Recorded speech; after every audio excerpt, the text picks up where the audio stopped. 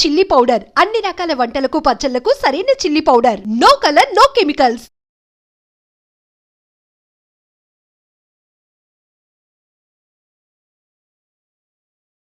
ప్రస్తుతం మనతో పాటు ఉన్నారు హరే కృష్ణ గోల్డెన్ టెంపుల్ నుంచి Hare Krishna movement president, Akshaya Patra regional president Shriman సత్య గౌర చంద్రదాస ప్రభుజీ గారు మనతో పాటు ఉన్నారు. ఇప్పుడు వారితో మాట్లాడి కృష్ణ తత్వం గురించి, కృష్ణాష్టమి రాబోతోంది దాని గురించి అడిగి మరిన్ని వివరాలు తెలుసుకునే ప్రయత్నం చేద్దాం.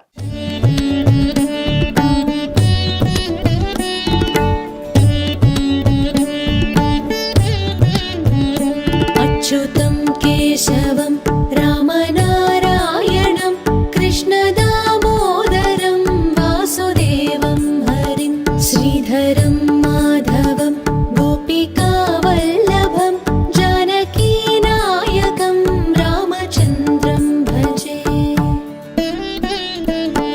అచ్యుతం కేశవం సత్యభామాధవం మాధవం శ్రీధరం రాధికారాధితం ఇందిరా మందిరం చేతసా సుందరం దేవకీ నందనం నందజం సందదే. హరే కృష్ణ ప్రభుజీ. హరే కృష్ణ. ప్రభుజీ, కృష్ణాష్టమి రాబోతోంది.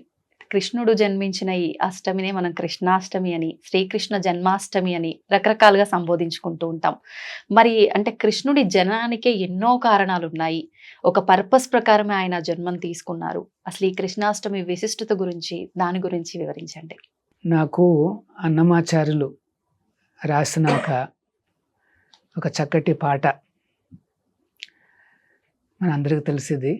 సతులాల చూడరే శ్రావణ బహుళాష్టమి సకలాయ నడురేయగలిగి శ్రీకృష్ణుడు.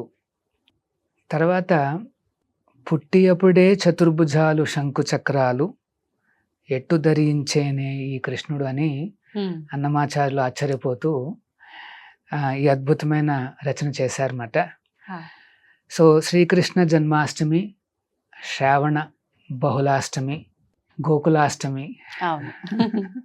అట్లా ఎన్నో రకాల నామాలతో ఆయన అవతరించిన ఆ రోజును మనం సెలబ్రేట్ చేసుకుంటున్నాం. భగవంతుడు అవతరణ అనేది చాలా విశిష్టం అన్నమాట. పరిత్రాణాయ సాధూనాం వినాశాయ చ దుష్కృతాం ధర్మ సంస్థాపనార్థాయ సంభవామి యుగే యుగే.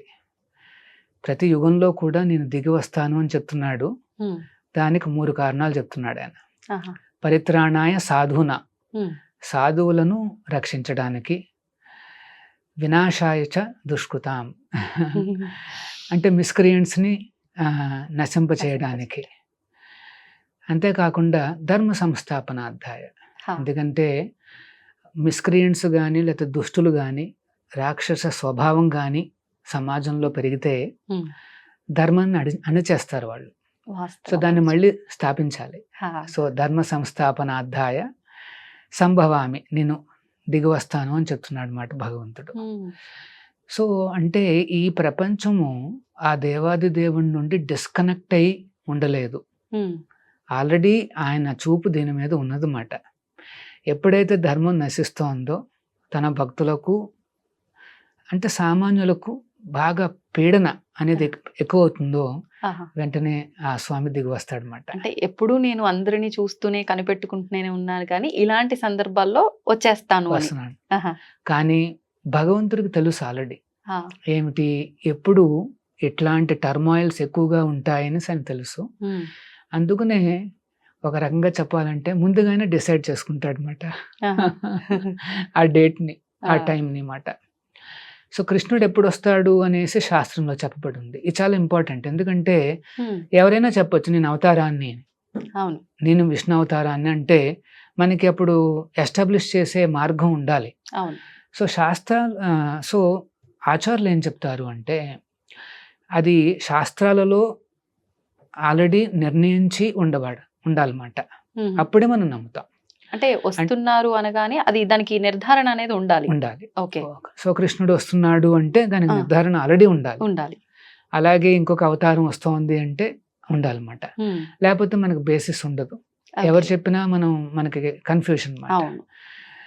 సో కృష్ణుడు ఆ రకంగా ఈ ద్వాపర యుగంలో ఇదే శ్రావణ మాసంలో అర్ధరాత్రి పూట నడిరేయి ఆ అష్టమి తిథి నాడు ఆయన వెలిసాడనమాట.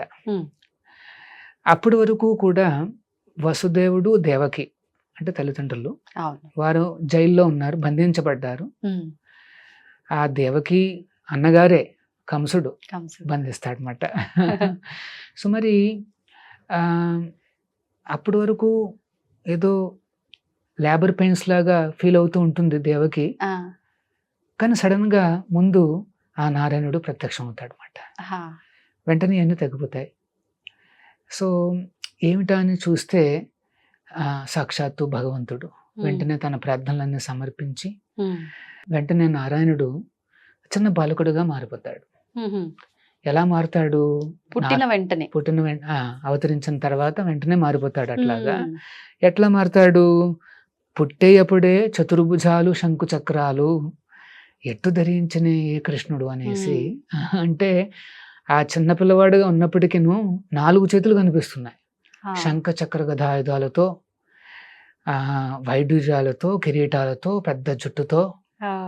ఇంకా చూసిన వాళ్ళకి అర్థమైపోతుంది అన్నమాట సాక్షాత్తు ఆ విష్ణువే అవతరించాడు అనేసి. అట్టే కిరీటము నాభరణాలు ధరించి ఎట్ట నెతుటనున్నాడు ఈ కృష్ణుడు అనేసి అన్నమాచార్యులు ఆశ్చర్యపోతూ చెప్తున్నారు. అంటే భగవంతుడి యొక్క అవతరణ సాధారణ బాలకుడిలాగా జరగదన్నమాట. ఆయన నిర్ణయించుకున్న ముహూర్తంలో ఆయన నిర్ణయించుకున్న విధంగా అవతరిస్తాడు.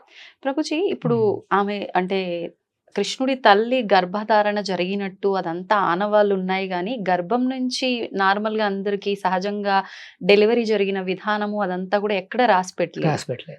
అంటే అది అక్కడికక్కడికి సృష్టించబడా కృష్ణుడు? అవతరించబడాడు. అంటే అవతరణ అంటే మనం అర్థం చేసుకోవాలి. అవతారము అంటే భగవంతుడు తన ధామం నుండి మనం ఉండే ప్రదేశానికి దిగి వస్తాడు. మనం మెట్లు దిగి వచ్చినట్టుగా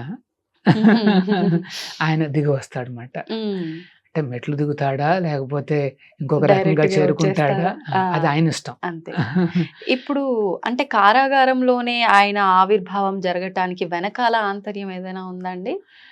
అంటే మొత్తం లీలంతా కూడా ఎట్లాగైందంటే దేవకి పెళ్లి చేసుకోగానే ఆనవాళ్ళు ఏమిటంటే అన్నగారు రథంలో తోలుకుని వెళ్ళి ఇంటికి అంటే వేంకులకు అప్పచెప్పాలి, వాళ్ళ ఇంటి వరకు వెళ్ళాలి. మనం ఇప్పటికీ కొంతమంది చూస్తుంటాం. సో అట్లాగే కంసుడు తీసుకుని వెళ్తుంటే వెంటనే ఒక ఆకాశవాణి వినిపిస్తుంది అన్నమాట. నువ్వు మురుకులాగా ఉన్నావు, నువ్వు ఎవరినైతే తోలుకుని వెళ్తున్నావు నీ చల్లాయి అష్టమ గర్భం నీకు మృత్యు అవుతుంది అంటుంది. వెంటనే కంసుడికి అర్థమైపోతుంది అన్నమాట.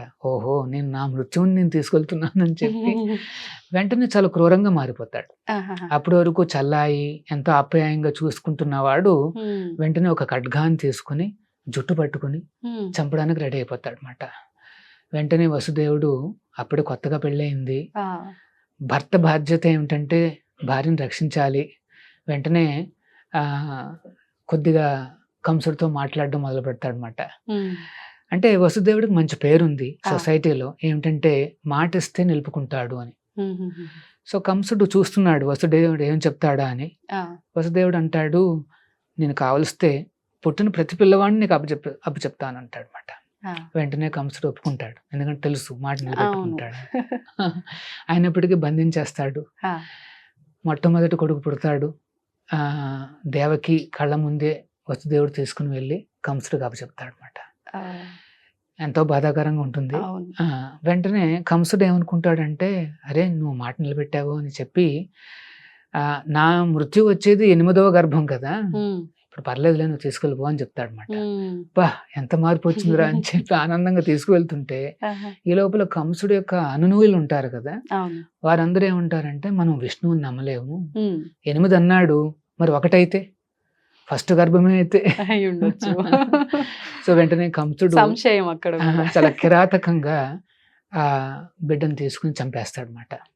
అట్లాగా 6 చంపగా 7వ సంతానం ఎవరు అంటే సాక్షాత్తు అనంతుడు బలరాముడు అన్నమాట. దేవకి గర్భంలోకి ప్రవేశిస్తుంది.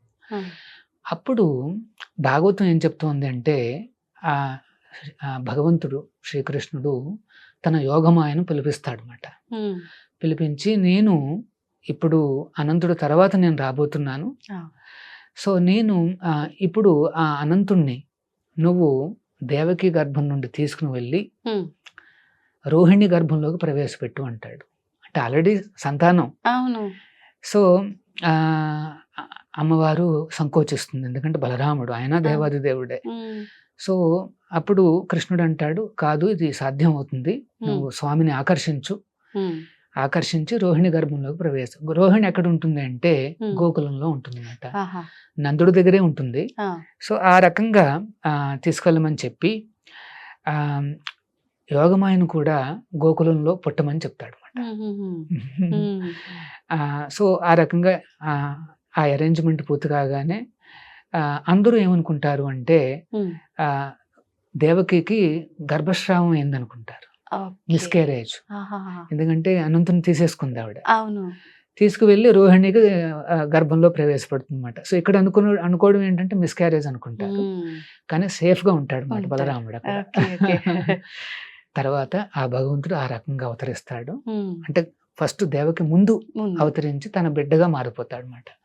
అలా 4 చేతులతో కనిపించగానే దేవకి పుత్రవాత్సల్యంతో నువ్వు ఇట్లా ఉంటే కంసుడు వస్తాడు చంపేస్తాడని భయపడుతూ ఒక నార్మల్ బాలకుడుగా మారిపోవని కోరుతుంది, సామాన్య బాలకుడుగా. వెంటనే కృష్ణుడిగా మారిపోతాడు, నల్లనయ్యగా మారుతాడు. కొత్త మేఘం ఏ రకంగా బ్లూ కలర్ లో ఉంటుంది చూడు, ఆ కలర్ లో ఆ భగవంతుడు కనిపిస్తాడు అనమాట. అవతరించగానే వెంటనే వసుదేవుడికి ఏం చెప్తాడు అంటే, నన్ను ఇక్కడి నుండి తీసుకువెళ్ళి గోకులానికి తీసుకువెళ్ళు అంటాడు అనమాట. అదే అష్టమి గడియల్లో స్వామిని తీసుకుని వెళ్ళి గోకులానికి ప్రయాణిస్తాడు. అందుకనే గోకులాష్టమి అని కూడా అంటారు. సో ఆ రకంగా గోకులము అంటే గోవుల కులము అంటే ఆవులు ఎక్కువగా పెద్ద ఆవులు ఉండే కమ్యూనిటీ మాట, అదే గోకులం అంటే. బృందావనము, గోకులము, మథుర అంటే ఇంకా ఎన్నో ఆవులు ఉంటాయి అక్కడ. నందుడికి లక్షలాది ఆవులు ఉన్నాయని చెప్పబడిన శాస్త్రం చెప్తా అన్నమాట. సో యోగమాయ ప్రభావంతో ఏమవుతుంది అంటే మొత్తం అక్కడ అందరూ నిద్రపోవడము, గేట్లు తెరుచుకోవడము, వసుదేవుడు చిన్న బుట్టలో చిన్ని కృష్ణుని పెట్టుకుని బయటకు వస్తాడు. భారీగా వర్షం. యాక్చువల్గా మాకు జన్మాష్టమి టైం కూడా అంటే కృష్ణుడు అవతరించే చాలా వర్షాలు వస్తాయి. ఇది వర్షాకాలం కదా, సో అప్పుడు కూడా వర్షం పడుతోంది. సో అందుకనే కృష్ణుడిని ఆ వర్షం నుండి కాపాడడానికి అన్నట్టుగా అనంతుడే సాక్షాత్తు అవతరించి ఒక గొడుగులాగా అంబరిలాగా పట్టుకుని ఉంటాడు. యమున దగ్గరికి వస్తాడు వసుదేవుడు. చాలా వేగంగా ఉధృతంగా ప్రవహిస్తూ ఉంటుంది. వసుదేవుని చూడగానే యమున దారి కల్పిస్తుంది. వెంటనే వసుదేవుడు వెళ్తుంటే కొన్ని శాస్త్రాలు ఏం చెప్పబడింది అంటే చిన్ని కృష్ణుడు అటు ఇటు దొల్లుతూ పడిపోతాడు, యమునాలో పడిపోతాడు. వెంటనే వసుదేవుడు పిచ్చివాళ్ళ తయారైపోతాడు. నా కొడుకు, అయ్యో ఒక్క కొడుకన్నా మిగులుతాడు అనుకున్నాను అని ఎంతో ఆతృతగా ఆల్మోస్ట్ మ్యాడ్ అయిపోతాడు అన్నమాట. అప్పుడు మళ్ళీ కృష్ణుడు దర్శనం ఇచ్చి మళ్ళీ బుట్టలోకి ప్రవేశిస్తాడు. అంటే మొదటి లీలలు ఇక్కడ మొదలు పెట్టేశాడు. ఆచార్యులు ఏం చెప్తారు అంటే ఆ యమున కూడా స్వామి పాదాలను స్పృశించాలని ఆ కోరికను కూడా తీరుస్తాడు అన్నమాట. అట్లాగా ముందుకు వెళ్ళి యశోద ఇంటికి చేరుకుంటాడు. యశోద అప్పుడే ఒక ఆడపిల్లకు జన్మనిచ్చుంటుంది అన్నమాట. సో ఆడపిల్ల దగ్గర కృష్ణుడిని పెట్టి ఆడపిల్లని తీసేసుకుని, అంటే స్వాపింగ్ ద చిల్డ్రన్ తీసుకుని వెంటనే జైలుకి వచ్చేస్తాడు అనమాట. జైలుకు రాగానే వెంటనే ఆ పిల్ల ఏడవడం మొదలు పెడుతుంది. వీళ్ళందరూ మేలుకుంటారు. వెంటనే కంసుని పిలుస్తారు. హుటాహుటిని వచ్చేస్తాడు. వచ్చేసేసి ఎక్కడా అనేసి అడుగుతాడు, ఎక్కడా అని 8వ సంతానం అని.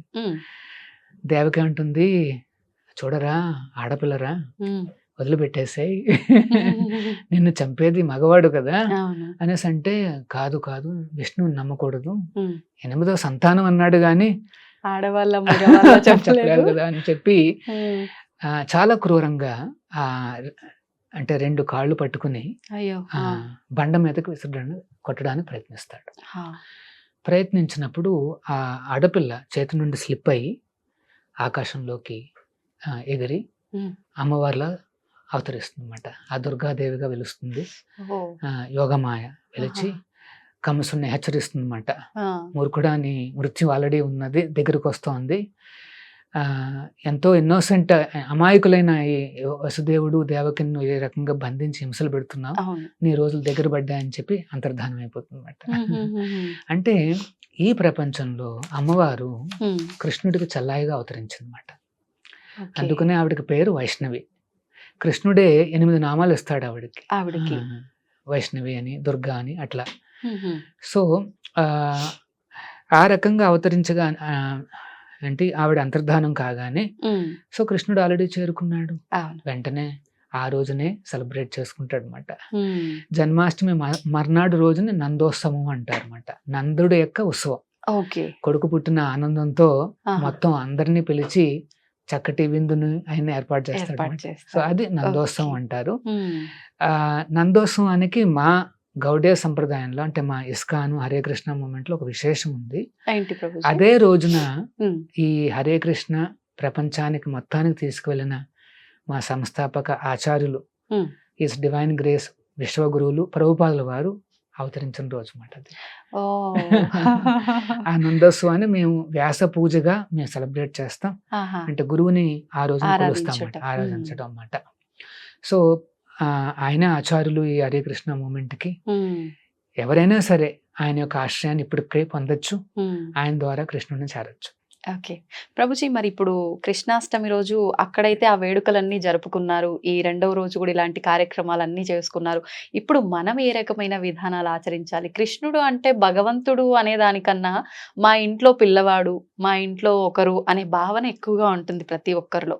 మరి ఆ కృష్ణయ్యని ఆ కన్నయ్యని ఎలా మనం లాలించాలి, ఎలా ఆ రోజు ఆరాధించాలి? ఓకే, జనరల్గా అంటే భగవంతుడు అవతరించిన దినోత్సవం ఎప్పుడంటే అర్ధరాత్రి అష్టమి గడియలు. అష్టమి గడియ. సో భక్తులందరూ ఏం చేస్తారు అంటే ఆ అష్టమి గడియల వరకు కూడా ఉమ్.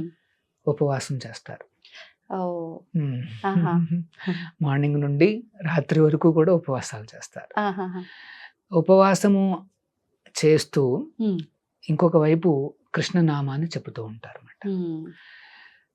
హరే కృష్ణ కృష్ణ కృష్ణ హరే హరే, హరే రామ రామ రామ హరే హరే చెబుతూ ఉంటూ చేస్తారు. అంతేకాదు ఎన్నో రకాల సేవలు అందిస్తుంటారు అన్నమాట. అవును. అంటే ఒక దేవస్థానానికి వచ్చి ఉమ్. కాస్త దర్శనం చేసుకోవడము, ఆ రోజు కొద్దిగా క్యూస్ ఎక్కువగా ఉన్నా సరే ఉంటుంది. అవును. కాస్త తపస్సులు చేస్తూ ఆ స్వామిని దర్శించుకోవాలని వస్తుంటారు. ఆ. మన ఇంట్లో చేయాలి అనుకుంటే మనం ఉపవాసం ఉండాల్సి అంటే అర్ధరాత్రి వరకు ఉపవాసం చేయడం చాలా మంచిది. ఉమ్. ఉపవాసం కొంతమంది నిర్జల చేస్తారు, అంటే వాటర్ కూడా తీసుకోకుండా చేస్తారు. ఉమ్. కానీ ఒకవేళ హెల్త్ రీజన్స్ అట్లాంటివన్నీ ఉంటే మీరు పళ్ళు ఫలాలు జ్యూసెస్ అని తీసుకోవచ్చు. ఉమ్. దీన్ని ఏమంటారు అంటే అనుకల్పము అంటారు, అనుకల్ప ప్రసాదము అంటారు అన్నమాట. అయితే ఏకాదశి నాడు ఇట్లాంటి పదార్థాలు తీసుకుంటే ఆ వ్రతం చెడిపోదు.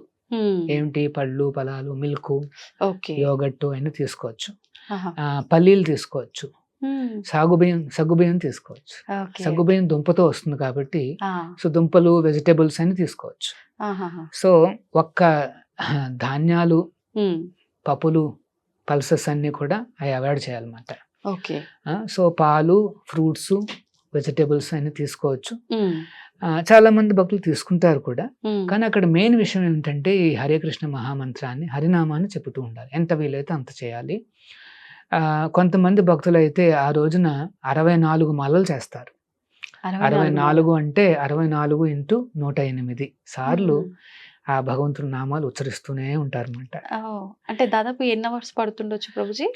కానీ ఆచార్యులు వారు రికమెండ్ చేసింది ఏమిటంటే 16 మాలలు 2 గంటలు పడుతుంది. కానీ కొంతమంది భక్తులు 64 చేస్తారు. అంటే 2 ఇంటూ 4 అంటే 8 గంటలు పడుతుంది అన్నమాట. సో ఉపవాసం చేస్తూ భగవత్ నామస్మరణ చేస్తూ తర్వాత వీలైతే దేవస్థానానికి వచ్చి దర్శనం చేసుకుంటూ అక్కడ ఇంట్లోనే స్వామికి ఏమన్నా వెన్నతో చేసినవి కానీ, ఘీతో చేసినవి కానీ, పాలతో చేసినవి కానీ కొన్ని స్వీట్స్ అలా సమర్పించి స్వామికి అవి ఒక 9 మందికో 18 మందికో పంచాలి. ఆ రకంగా పంచితే అది చాలా విశిష్టం ఆ రోజున. అంతేకాదు దానం చేసే శక్తి ఉన్న వాళ్ళందరూ కూడా గోసేవకు కానీ అన్నదానానికి కానీ ఇస్తే ఆ కృష్ణుడికి ప్రీతి పొందుతారు అన్నమాట. సో అది ఈ అంటే చాలా సింపుల్ ప్రొసీజర్ చెప్పాను. కొంతమంది హరివాసరం కూడా చేస్తారు, అంటే అర్ధరాత్రి పూట కూడా పడుకోకుండా ఈ హరినామ కీర్తన చేస్తూ జాగరణ చేస్తారు అన్నమాట. మార్నింగ్ వరకు జాగరణ చేసుకుంటారు. అలా జాగరణ చేస్తే లేవగానే వెంటనే మీరు గ్రెయిన్స్ తీసుకోకూడదు. ఆ రోజు కూడా కొద్దిగా మధ్యాహ్నం పూట వరకు పళ్ళు ఫలాలు తీసుకొని ఆ మధ్యాహ్నం పూట మీరు అప్పుడు గ్రెయిన్స్ తీసుకోవచ్చు అన్నమాట. సో ఆ రకంగా చేసే పద్ధతులు ఉన్నాయి. సింప్లెస్ట్ ఏంటంటే భగవంతుడు నామస్మరణ చేస్తూ కాస్త ఉపవాసం చేసి కొన్ని నైవేద్యాలు పెట్టండి. వీలైతే దేవస్థానానికి రండి. అంతే. అంటే ఒకవేళ ఆలయానికి వెళ్ళడం కుదరకపోయినా, ఇంట్లో ఇవన్నీ చేయకపోయినా నామస్మరణ చేసుకుంటూ ఉన్నా సరిపోతుంది. వీలైతే ఆ గ్రెయిన్స్ అనేవి అవాయిడ్ చేయాలి. ఓకే ప్రభుజీ, ఇప్పుడు ప్రభుపాదుల వారు కృష్ణ తత్వం గురించి అందరికీ వివరిస్తూ కృష్ణ భక్తిని విశ్వవ్యాప్తం చేస్తున్నారు. దాని గురించి ఒక చిన్న వివరణ ఏదైనా. సో ప్రభుపాదుల వారు చిన్నప్పటి నుండి కృష్ణ భక్తుడే. ఆయన యాక్చువల్గా కృష్ణుడి యొక్క ఏమన్నాలంటే క్లోజ్ అసోసియేట్ అన్నమాట, భగవంతుడి యొక్క అనునూయుడు. ఆయన స్వయంగా దిగి వచ్చాడు. సో చిన్నప్పటి నుండి కూడా చూస్తాం అన్నమాట ఆయనలో ఆ కృష్ణతత్వం అనేది, ఆ భక్తి అనేది చాలా గాఢంగా ఆయనలో కనిపిస్తుంది అన్నమాట. 8 ఏళ్ల వయసులోనే ఒక పెద్ద రథయాత్రను ఆర్గనైజ్ చేస్తారు ప్రభుపాదుల వారు. చిన్నప్పుడు ఇంకా 1 year కూడా ఉండదు, మేబీ 2 years అంటే జస్ట్ నించున్నాడు అంతే. అప్పుడు సంకీర్తనలో పాల్గొంటూ ఆయన కూడా అట్లాంటి వృత్తాంతాలన్నీ కూడా ఆయన బయోగ్రఫీలో ఉన్నాయన్నమాట. సో ఆ రకంగా చిన్నప్పటి నుండి కూడా ఎంతో గొప్ప కృష్ణ భక్తిని చూపించే ఆయన ఈ బ్రహ్మ మధ్వ గౌడీయ సంప్రదాయంలో వస్తున్న ఒక ఆచార్యులను కలిశారు. ఎప్పుడు ఆయన యవన దశలో ఉన్నప్పుడు. ఈయన కలిసిన గురువులు ఎవరు అంటే శ్రీల భక్తి సిద్ధాంత సరస్వతి ఠాకూర్లు అనేసి మాట. ఆయన బ్రహ్మ మధ్వ గౌడీయ సంప్రదాయంలో 31వ ఆచార్యులు. ఆయన కలవగానే జస్ట్ మొట్టమొదటి రోజున వెళ్ళి ఆయన చూసి దండం పెట్టుకోగానే లేచి నించోగానే భక్తి సిద్ధాంతులు ఒక మాట అన్నారు ఆయనతో. ఏమని, మీరందరూ ఎడ్యుకేటెడ్ కదా, మొత్తం మన ఈ భగవద్గీత భాగవత సందేశాన్ని మొత్తం ప్రపంచం అంతా వ్యాప్తి చెయ్యి అని చెప్తారు. ఆశ్చర్యపోతాడు ప్రభుపాదుల వారు, ఆశ్చర్యపోతాడు. అదేంటి ఫస్ట్ టైం కదా నేను కలిసింది అనేసి. సో కానీ గురువు గారు చూడగలరు, ఎవరెవరేంటి అనేసి చూడగలరు. వెంటనే చెప్పడంతో ఆశ్చర్యపోయి వెంటనే ఒక ప్రశ్న అడుగుతారు ప్రభుపాదుల వారు. ఏమని, ఇది 1920s లో జరుగుతుంది, 30s లో జరుగుతుంది. మన భారతదేశానికి స్వాతంత్రం లేదు, స్వాతంత్రం లేని దేశం ఏం ప్రచారం చేయగలదు, మనం ఏం మాట చెప్పినా ఎవరు వింటారు. అందరూ అనేది ఏంటంటే నీకే స్వాతంత్రం లేదు, నువ్వేం చేస్తావు ఇంకా అనేసి అడుగుతారు కదా. అంటే అప్పుడు భక్తి సిద్ధాంతులు అంటారు, మనం తీసుకెళ్తున్న ఈ మెసేజ్ భగవద్గీత భాగవతం అనేది ఈ స్వాతంత్రాలు లేకపోతే ఎనీ భౌతిక పరిస్థితుల మీద ఆధారపడలేదు నాయన. ఈ మెసేజ్ అనేది శాశ్వతంగా ప్రతి ఒక్కరు ఎదురు చూస్తున్నది, నువ్వు వెంటనే ఈ మెసేజ్ని తీసుకుని వెళ్ళు అని చెప్తారన్నమాట. సో వెంటనే ఆకర్షితులు అవుతారు. అవును, ఇది శాశ్వతమైన మెసేజ్, ఇది పరిస్థితులు అనుకూలంగా ఉన్నాయా లేదా అని ఆధారపడి ఉండదు అనేసి ఆలోచించి వెంటనే చాలా ఆకర్షితులు అవుతారు అన్నమాట ప్రభుపాదుల వారు. వెంటనే భక్తి సిద్ధాంతుల దగ్గర నుండి దీక్ష తీసుకుంటారు. దీక్ష తీసుకుని ఎప్పుడూ ఆలోచిస్తూ ఉండేవారు అన్నమాట, ఎలా సంపూర్ణం చేయాలి, గురువు గారి యొక్క ఆదేశాన్ని ఎట్లా పాటించాలి. ఎందుకంటే ముఖ్యంగా ఆయన ఏం చెప్తారంటే గురువులు పాశ్చాత్య దేశాలలో ప్రచారం చేయమని చెప్తారు ముందుగా. సో మరి ఎట్లా వెళ్ళాలి అనేసి ఆలోచిస్తూ ప్రభుపాదుల వారు ఎన్నో రకాల ప్రయత్నాలు చేస్తారు. ఫస్ట్ ఇండియాలోనే ప్రయత్నాలు చేస్తారు. కానీ ఇండియాలో అందరూ ఏంటంటే అందరూ అమెరికా వైపు చూస్తున్నారు. అప్పటి నుంచి ఇదే ఉంది. అదే ఉందండి. ఆ, అంటే ఫస్ట్ అదే బ్రిటన్ కాస్త పతనం చెందడంటూ అమెరికా. అమెరికా అంటే పాశ్చాత్య దేశాల్లోనే ఏదో ఉందనేసి ఉందనేసి. ఒక అనుకుని ఇక్కడ అంటే ఎవరు జనాలు ఎక్కడ మొగ్గు చూపుతున్నారో అక్కడి నుంచి మనం మొదలు పెడితే బాగుంటుంది అనే ఉద్దేశం అయి ఉండొచ్చు కదా ప్రభుజీ. సో ప్రభుపాలు అదే అనుకున్నారు. మా అనుకున్నారేమో. గురువు గారు సందేశం ఇచ్చారు, అవును. ఇంగ్లీష్ లో దీన్ని ప్రచారం చేస్తే కాస్త ఇంటెలిజెంట్ పీపుల్ దీన్ని తీసుకుంటే అవును వెంటనే అందరూ యాక్సెప్ట్ చేస్తారు. అంతే. సో వెంటనే అలాగా చాలా ప్రయత్నాలు చేసి ఇండియాలో సాధ్యం కాక ఇంకా అమెరికాకి వెళ్ళడానికి నిశ్చయించుకుంటారు. అంటే ఎక్కడికైనా వెళ్ళొచ్చు, లండన్కి వెళ్ళొచ్చు, ఎక్కడికైనా వెళ్ళొచ్చు, కానీ ఎందుకు అమెరికా అనేసి అనిపించింది గురువు గారికి. సో వెంటనే ప్రయాణించడానికి ఎన్నో రకాల ప్రయత్నాలు చేసిన అవ్వదు. ఒక రోజున ఒక ఆలోచన వస్తుంది. ఒక వాడ కంపెనీని నడిపే ఒక సుమతి మురార్జీ అనేసి ఒక ఆవిడ కంపెనీ ఓనర్ అన్నమాట. ఆవిడ ముంబైలో ఉంటుంది. సో ప్రభుపాదుల వారు వెళ్ళి కలుస్తారు. ఆవిడ వెరీ ఎల్డర్లీ లేడీ, చాలా భక్తురాలు మాట ఆవిడ కూడా. చెప్పండి స్వామీజీ, నేనేం చేయగలను అంటే, అమ్మ ఏం లేదు, మీకు ఆ ప్రయాణం చేసే వాడు ఉంది కదా, అందులో నాకు ఉచితంగా ఒక టికెట్ ఇప్పించండి, నేను న్యూయార్క్ సిటీకి వెళ్ళాలనుకుంటున్నానంట. మా వాడ వెళ్తోంది, కానీ అది ప్రయాణికులు వెళ్ళే వాడ కాదండి, సరుకులు మోసే వాడ.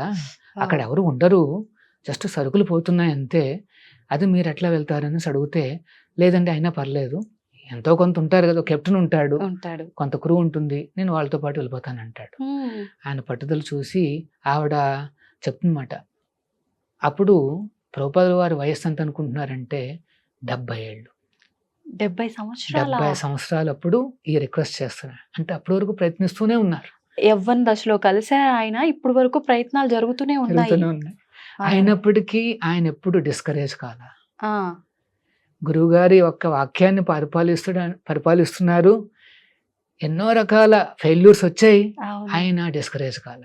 ఇది ఇప్పుడు నేటి సమాజానికి ఒక మంచి ఉదాహరణ కదా ప్రభుజీ. ప్రతిదీ ఏదైనా నిరాశ కలగగానే వదిలేస్తూ ఉంటాము. చిన్న ఫెయిల్యూర్ రాగానే, అవును, కొంతమంది ఎక్స్ట్రీమ్ స్టెప్స్. కానీ ప్రభుపాదుల వారు 70 ఏళ్ళు వచ్చేంత వరకు ఎన్ని రకాలుగా ప్రయత్నిస్తారు పాప. సో అది సరే, ఆవిడ అంటుంది, స్వామీజీ మీరు ఈ వయసులో ఎక్కడో అమెరికాకు వెళ్తున్నారు, చాలా చలిగా ఉంటుంది, మీరు అక్కడ బతకలేరు కూడా అని. అంటే ఆవిడ తెలిసిన ఎక్స్పీరియన్స్ చెప్తుంది ఆవిడ. అయినప్పటికీ ప్రభుపాదుల వారు అంటారు, లేదు మా గురువులు చెప్పారు, నేను వెళ్ళాల్సిందే అంటాడు. ఎట్లాగా కన్విన్స్ చేయడానికి ప్రయత్నిస్తోందన్నమాట. తర్వాత అంటుందన్నమాట, అక్కడ మీరు రావాలని ఎవరు కోరుకోవటం లేదు, మిమ్మల్ని ఆహ్వానించిన వాళ్ళు కూడా ఎవరు లేరు, మీరు అక్కడికి ఎందుకు వెళ్తున్నారు, ఎంత పెద్ద రిస్క్ ఎందుకు తీసుకుంటున్నారు, ఉండిపోండి అంటూ. అయినప్పటికీ ఆయన వెంటనే ఆ పట్టుదల చూసి ఆవిడ సరే స్వామీజీ అని చెప్పేసి ఒక టికెట్ ఇస్తుందన్నమాట. ఆ వాడ పేరు జలదూత. సో ప్రభుపాదుల వారు అందులో ప్రయాణిస్తారు. ప్రయాణించినప్పుడు ఫస్ట్ 3-4 రోజుల్లో శ్రీలంక, అంటే మన ముంబై నుండి ప్రారంభమై అలా శ్రీలంకకు చేరుకుంటుంది. అక్కడ నుండి మెయిన్ స్ట్రీమ్ ఓషన్లోకి వస్తే ఎక్కడ చూసినా సముద్రం. వెంటనే సీ సిక్నెస్ వచ్చేస్తుంది ఆయనకి. వచ్చేసేసి ఆకలి అనిపించదు, కాస్త వామిటింగ్ లాంటిది సెన్సేషన్ ఉంటుంది, చాలా వీక్ అయిపోతారు. ఒక రోజున హార్ట్ అటాక్ వస్తుంది. చాలా హార్ట్ అటాక్ రాగానే సమూహం, ఆ కెప్టెన్ వీళ్ళందరూ వచ్చి కాస్త శ్రద్ధ తీర్చి ఫస్ట్ ఎయిడ్ ఇస్తారు, కాస్త తీసుకుంటారు. కానీ ఆయనకి ఆకలి ఇంకా రాదు మాట, వెనక్కి రాదు ఏమి. నెక్స్ట్ ఇంకొక 2 రోజులు కాగానే మళ్ళీ ఇంకొక సెకండ్ హార్ట్ అటాక్ వస్తుంది. వెంటనే కుప్పకూలిపోతారు. అనుకున్నారంట, మేబీ నాకు ఈ రకంగా రాసి పెట్టుందేమో, వాడలోనే నేను పరంపదించాలని రాసి పెట్టుందేమో అని అనుకుంటారు. ఎందుకంటే 70 years కదా. కానీ ఆయన అలాగా ఒక ఆపస్మారక స్థితిలో ఉన్నప్పుడు ఆయన కలలోకి కృష్ణుడు కనిపిస్తాడు అన్నమాట. కనిపించి, ఇంకా నీకేమీ కాదు ఇక్కడ, నువ్వు అమెరికాకు ప్రయాణించని చెప్పి, ఈ పడవకి ఇంకేం కాదని చెప్పి ఒక అష్యూరెన్స్ ఇచ్చి, అప్పుడు ప్రభుపాదుల వారు ఏం చూస్తారు అంటే, దశావతారాలు స్వయంగా ఆ పడవని తీసుకెళ్తున్నట్టుగా కల వస్తుంది అన్నమాట. వెంటనే చాలా కాన్ఫిడెన్స్ వస్తుంది. అప్పుడు అట్లాంటిక్ అనే సముద్రంలోకి ప్రవేశిస్తుంది అన్నమాట వాడ. కెప్టెన్ అంటాడు, అట్లాంటిక్ చాలా భయానకంగా ఉంటుంది స్వామీజీ, మీకు మరి ఏమవుతుందో అనేది భయంగా ఆయన అప్పుడు ప్రభుపాదుల వారు అంటారు, ఏం కాదు, ఆల్రెడీ కృష్ణ భగవానుడే చెప్పేశారు. అసలు చాలా స్మూత్ గా వారు ఫస్ట్ బోస్టన్ చేరుకుంటారు, ఆ తర్వాత న్యూయార్క్ సిటీకి చేరుకుంటారు అన్నమాట. చేరుకుని దిగుతున్నప్పుడు స్వామీజీ చేతిలో 5 ట్రంక్ బాక్సులు ఉంటాయి, అవన్నీ భాగవతం పుస్తకాలు, ఆయన చెందింది ఇంకొక చిన్న బ్యాగు, 40 రూపాయలు చేతిలో ఉన్నాయి, 70 ఏళ్ల వయసు, ఎవరూ లేరు సహాయానికి. అలా దిగుతూ ఉన్నప్పుడు ఆ కెప్టెన్ పేరు పాండే. పాండే గారు, నా దగ్గర $1 లేదు, నా దగ్గర కొన్ని పుస్తకాలు ఉన్నాయి, నేను ఒక సెట్ ఇస్తాను మీకు, మీరు పుస్తకాలను తీసుకుని మీకు అంత తోస్తే అంత డబ్బులు ఇవ్వండి అని అడుగుతారు. సో ఆ రకంగా ప్రభుపాదుల వారు ఆ డబ్బు తీసుకుని, దాంతో పెద్ద పెద్ద ఏరియాస్ లో ఉండడానికి లేదు, ఒక చిన్న బస్తీలో, అక్కడ ఏమంటారంటే లోవర్ ఈస్ట్ సైడ్ అనేసి ఒక ప్లేస్ మాట న్యూయార్క్ సిటీలో, అక్కడ ఒక చిన్న బస్తీలో ఆయన ఒక అమెరికన్ యంగ్స్టర్ ఎవరో ఉంటారు, ఆయనతో రూమ్ షేర్ తీసుకుంటారు, ఎందుకంటే ఓన్ గా రూమ్ తీసుకోవాలంటే డబ్బులు లేవు. వాడేమో డ్రగ్ అడిక్ట్. ఒక రోజున స్వామీజీని హాని చేయడానికి వస్తాడనమాట. వెంటనే ఇంకా అక్కడి నుండి స్వామీజీ హుటాహుటిన స్టెప్స్ దిగిపోయి బయటకు వచ్చేయాల్సి వస్తుంది. అట్లాగా ప్రయాణమైన ప్రభుపాదుల వారు, అంటే స్టోరీ అక్కడ కాస్త కట్ చేస్తే 11 సంవత్సరాల తర్వాత చూస్తే ఆయన 108 దేవస్థానాలు మొత్తం అన్ని ఖండాల్లోనూ స్థాపించారు. 10,000 మంది శిష్యుల్ని శిష్యరికం ఇస్తారు అన్నమాట. ఆ 10,000 మందిలో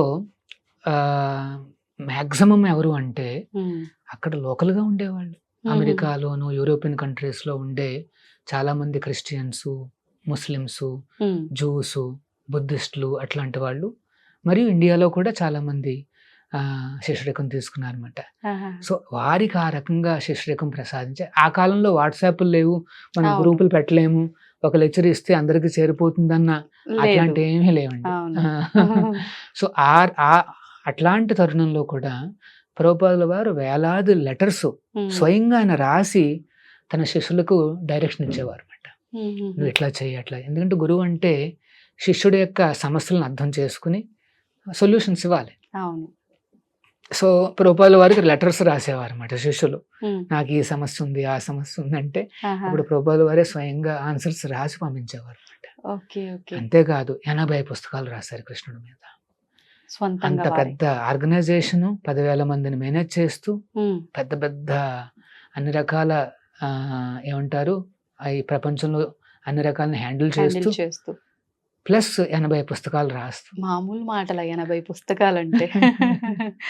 ఆయన ఏం చేసేవారు అంటే రాత్రిపూట 2 గంటలు పడుకుని 1 AM 1 గంటకు లేచిపోయేవారు.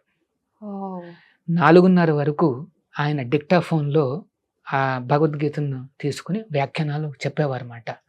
శ్రీకృష్ణుడు ఈ రకంగా చెప్తున్నారు, తాం స్థితిక్షస్వ భారత, చాలా ఓపికగా ఉండాలి, టాలరెన్స్ ఉండాలి అనేసి ఆయన అన్ని అలా డిక్టేట్ చేస్తే ఆ డిక్టాఫోన్ విని కొంతమంది శిష్యులు టైప్ చేసి ఆ పుస్తకాన్ని తయారు చేసి ఆయనకు చూపించి ఆ తర్వాత దాన్ని ప్రచారం చేశారు. ఆ రకంగా 80 పుస్తకాలు చేశారు, ఎన్నో లెక్చర్స్ ఇచ్చారు. ఇంకా అసాధారణం అన్నమాట, ఒక సామాన్య మానవుడికి సాధ్యం కాదు. సో ఆ రకంగా కృష్ణుణ్ణి, కృష్ణ తత్వాన్ని, హరే కృష్ణను, ఇంకొక విశేషం లక్ష్మీ నరసింహ ఆరాధనను అన్ని ఖండాలలోకి, అన్ని గుమ్మాలలోకి తీసుకెళ్ళాడు.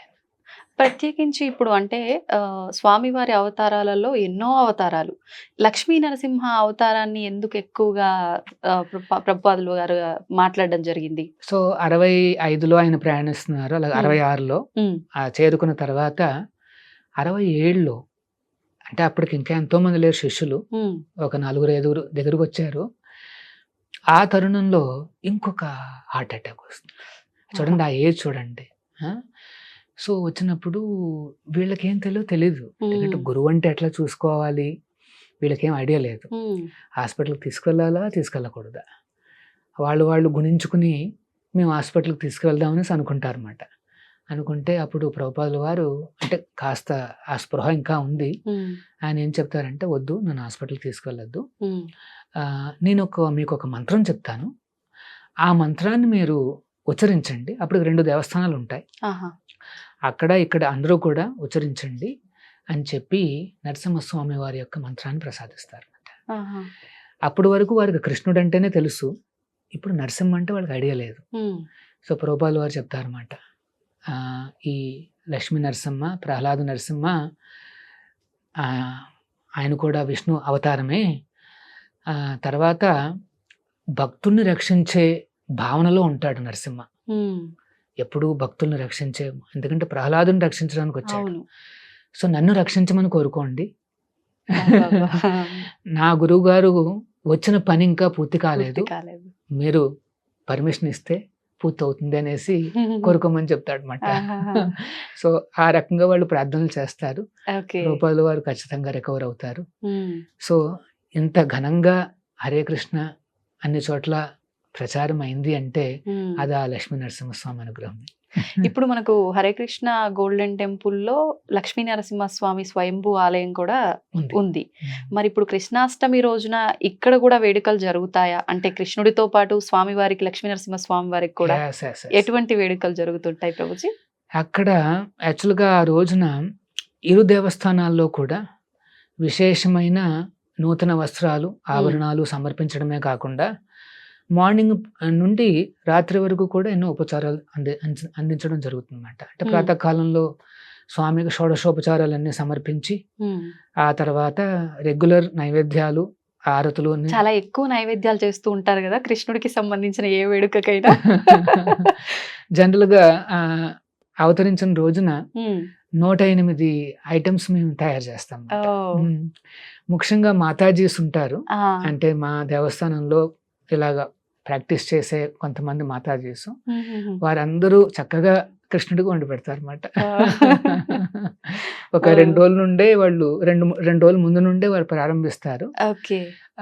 అందులో స్వీట్స్ ఉంటాయి, కారాస్ ఉంటాయి, కొన్ని రకాల చట్నీలు, తర్వాత ధాన్యాలతో చేసినవి, అన్ని రకాల రైస్ ఐటమ్స్, పాలు, మిల్క్, ఘీ, తర్వాత పన్నీరు, వీటితో చేసిన ఐటమ్స్ అన్నీ ఉంటాయి. అట్లా ఎన్నో రకాల వెరైటీస్ అన్ని కలిపి 108 వెరైటీస్ మేము సమర్పిస్తాం స్వామికి. సమర్పించిన తర్వాత వాటిని అన్నిటినీ కూడా భక్తులకు అందరికీ డిస్ట్రిబ్యూట్ చేసేస్తాం, వచ్చే వాళ్ళందరికీ వారందరికీ పంచుతాం అన్నమాట. యాక్చువల్గా మా హరే కృష్ణ మూమెంట్లో మీరు గమనిస్తే ప్రసాదానికి మేము చాలా ఇంపార్టెన్స్ ఇస్తాం. అవును, ఎక్కడికి వెళ్ళినా సరే మా కార్యక్రమాల్లో అటెండ్ అయితే చాలు, చాలా ఘనంగా వాళ్ళకి ప్రసాదాలు. మెయిన్ క్వాలిటీ కూడా చాలా బాగుంటుంది. ప్రభుజీ, ఇప్పుడు అక్కడ మాతాజీలు ఇవన్నీ ప్రసాదాలు చేయటంలో నిమగ్నమై ఉంటారన్నారు. ఆసక్తి ఉన్న వాళ్ళు బయట నుంచి కూడా ఎవరైనా వచ్చి చేయాలంటే అవకాశం ఉంటుందా? ఖచ్చితంగా వారు కూడా రావచ్చు, వారు కూడా అక్కడ ఏ సహాయం చేయగలుగుతారో చేయొచ్చు. వాలంటీరింగ్ అనేసి ఉంటుంది. అంటే మనం తిరుమలలో కూడా చూస్తుంటాము, శ్రీవారి సేవలు చేస్తుంటారు వాలంటీర్స్. అట్లా ఇక్కడ కూడా రావచ్చు. చాలా మంది యాక్చువల్గా వేలాది మంది వాలంటీర్స్ ఆ రోజున అక్కడ ఉంటారు. ఎందుకంటే వచ్చిన భక్తులకు సౌకర్యం ఏర్పాటు చేయడము, ప్లస్ భగవంతుడికి సేవలు అందించడము అని నడుస్తూనే ఉంటుంది అన్నమాట. సో ఆ రోజున ఒక విశేషం ఏంటంటే, హరే కృష్ణ గోల్డెన్ టెంపుల్లో మీరు అక్కడున్న రాధా గోవిందులు ఆ దర్శనం చేసుకోవచ్చు. అత్యంత అందంగా, సుందరంగా కనిపిస్తారు. ఆ రోజున నూతన వస్త్రాభరణాలు ఇస్తాం కాబట్టి. తర్వాత ఇంకొక రూపము గోధాకృష్ణులు ప్లస్ మాకన కృష్ణులు, అంటే 3 కృష్ణ రూపాలని దర్శనం చేసుకోవచ్చు ఆ రోజున. సో ఈ గోధాకృష్ణులు ఆ లక్ష్మీ నరసింహ దేవస్థానంలో ఉంటారు. తర్వాత రాధాకృష్ణులు ఇక్కడ ఈ దేవస్థానం ఈ గర్భాలయంలో మా గుళ్ళో ఉంటారు. తర్వాత మాకన కృష్ణుడు అంటే గన్నముద్ద పట్టుకుని చిన్ని కృష్ణుడు. ఈ చిన్ని కృష్ణుడు విశేషం ఏమిటంటే, వచ్చిన ప్రతి ఒక్కరూ కూడా ఆ చిన్ని కృష్ణుడికి ఉంజల సేవ సమర్పించవచ్చు. అందరికీ అవకాశము. అక్కడేం టికెట్స్ అంటూ ఏమి ఉండవు. ఓకే. ఓకే.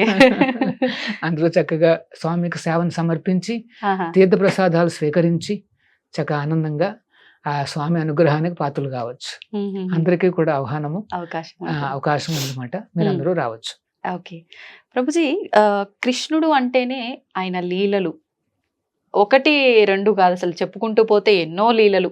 ప్రత్యేకించి ఈ రోజున మనం ఈ పూజలు ఇలాంటివి పార్టిసిపేట్ చేయకపోయినా ఆయనకు సంబంధించిన విషయాలు విన్నా కూడా Yeah. ఆ తత్వాన్ని అర్థం చేసుకోగలమంటారా? ఎస్, కృష్ణతత్వాన్ని అర్థం చేసుకోవాలి అంటే అత్యంత సులభమైన మార్గం ఏమిటంటే శ్రవణం. హా. కృష్ణుడి గురించి వినాలి. వినటం. కానీ ఎవరి నుండి వినాలి మ్మ్.